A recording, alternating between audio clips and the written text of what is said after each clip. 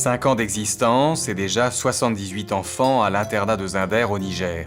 5 ans que la fondation d'entreprise Les Nouveaux Constructeurs Premiers s'est engagée aux côtés de l'association ESAFRO et de l'ONG nigérienne Matassa pour mettre en œuvre un vaste programme d'action dans l'un des pays les plus déshérités du monde, le Niger.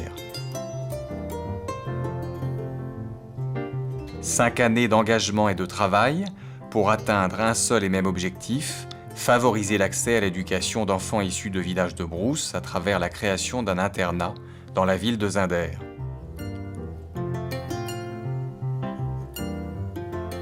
Quel est le parcours de ces enfants au destin hors du commun, leur vie au village, leur apprentissage à l'internat et leurs perspectives d'avenir?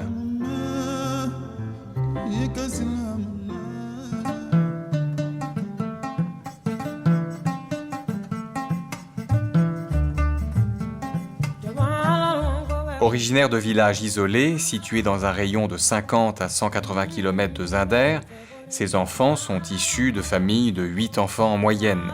Scolarisés dans les écoles de brousse du CP au CM2, ils possèdent un faible niveau scolaire en comparaison avec les enfants vivant en ville. Pour quelles raisons? D'abord, l'année scolaire en brousse est courte. Elle dure environ 5 mois car les enseignants sont affectés tard dans les écoles. De plus, les infrastructures sont souvent de mauvaise qualité, les classes en dur sont rares.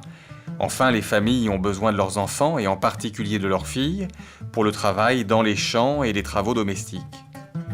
En moyenne, un enfant né en brousse passe seulement 3 années de sa vie à l'école. Comment imaginer alors le futur de ces enfants avec aussi peu d'instruction ? L'éducation des enfants est un des facteurs clés du développement d'un pays. Au Niger, 80% de la population vit à la campagne, précisément dans les zones où les taux de scolarisation sont les plus faibles.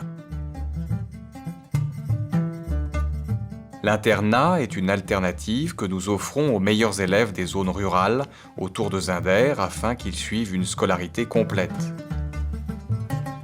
Nous souhaitons donner à tous ces enfants le maximum de connaissances afin qu'ils deviennent des acteurs de changement et des moteurs de développement dans leur village et pour leur pays.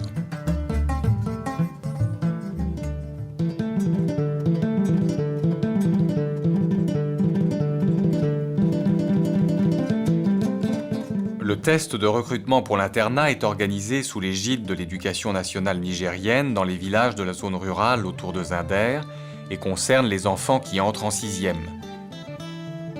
Les meilleurs élèves de la région intègrent l'établissement avec une parité filles-garçons. En septembre 2011, 13 nouveaux enfants ont été admis à l'internat, 6 garçons et 7 filles. L'internat accueille aujourd'hui 78 enfants, 39 filles et 39 garçons.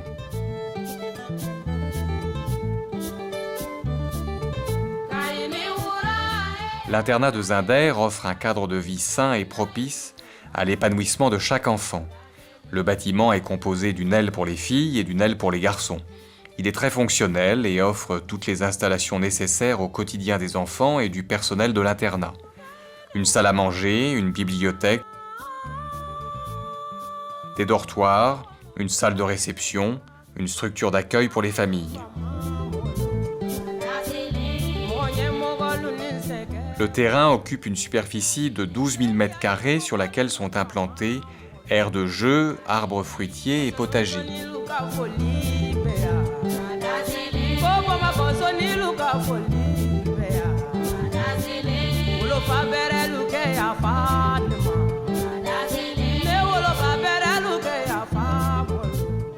Les enfants sont scolarisés en français dans les meilleures écoles de Zinder. Afin d'harmoniser les niveaux, des cours de soutien scolaire sont dispensés aux enfants de l'internat le soir par des répétiteurs.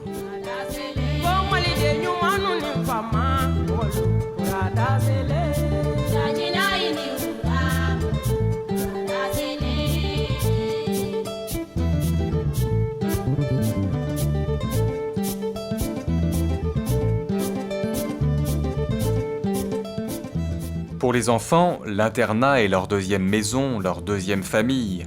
Ils ont une vie plus reposante que dans leur village, surtout les filles. Elles n'ont pas à s'occuper de leurs petits frères et petites sœurs, ne ramassent pas la paille pour les animaux, ne font pas les tâches domestiques. À l'internat, tout est mis en œuvre pour stimuler leur curiosité, leur soif d'apprendre.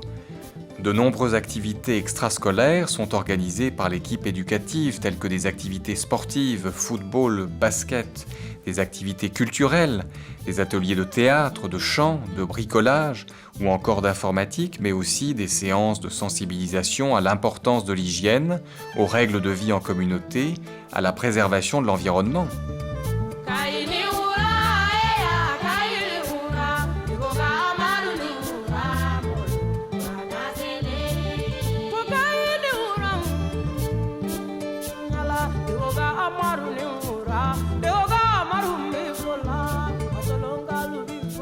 Les enfants sont encadrés par le personnel de l'internat, composé à ce jour de 23 personnes. Nous avons la chance de pouvoir compter sur des personnes très impliquées, à commencer par Mazika, le directeur de l'internat. Il vit à l'internat avec sa famille et mène ses activités tant administratives que pédagogiques, avec un très grand sérieux. Le personnel éducatif est en charge de l'encadrement des enfants et des activités extrascolaires. Les nounous, le cuisinier, le coursier, les gardiens participent également à la bonne marche de l'établissement.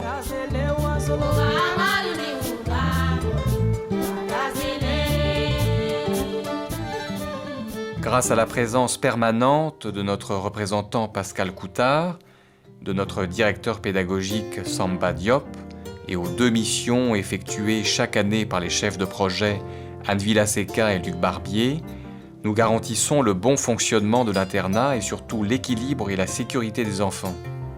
Ceux-ci, malgré l'éloignement de leurs parents et une vie dans un univers bien différent de celui de leur village, donnent chaque jour la preuve du bon déroulement de leur cursus par des résultats scolaires solides et un épanouissement personnel tangible. Nos pensionnaires ont un destin hors du commun.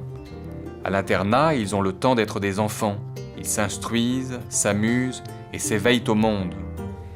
Nous souhaitons donner à ces enfants toute la liberté de penser leur avenir et celui de leur pays, d'avoir le choix de leur vie professionnelle, de pouvoir aider leur village et sans doute de donner à leur tour accès à l'éducation à leurs propres enfants.